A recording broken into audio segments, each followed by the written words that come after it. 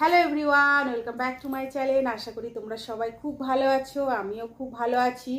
তো তোমরা হঠাৎ ভাববে যে সেজেগুজে কেন বসেছি। তো আজকে আমার জন্মদিন, তো ছেলে মেয়ের জন্য একটু সাজুগুজু করতেই হয়, তা নাহলে ওরা একদমই ছাড়বে না।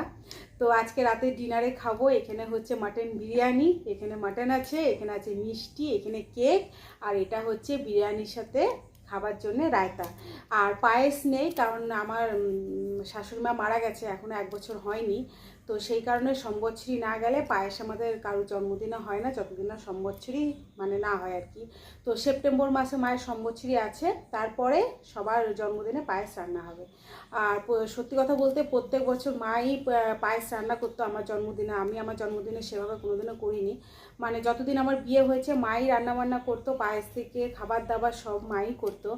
তো এবারে সেই কারণে মাকে খুব প্রচণ্ড মিস করছি। তো সেভাবে রান্নাবান্নার কিছুই করিনি, জাস্ট ছেলে মেয়ে ভালোবাসে মাটন বিরিয়ানি, তো সেই কারণে ওদের জন্য অ্যাকচুয়ালি মানে আমার জন্মদিন তো ওদের চয়েসে অ্যাকচুয়ালি রান্নাবান্না হয়েছে। যেহেতু মা নেই, তো মা থাকলে আমার চয়েসে রান্নাবান্না করতো। তো ওরা যেহেতু মাটন বিরিয়ানি খেতে ভালোবাসে, তো সেই কারণে মাটন বিরিয়ানি করেছি, তার সাথে একটু মাটন আছে,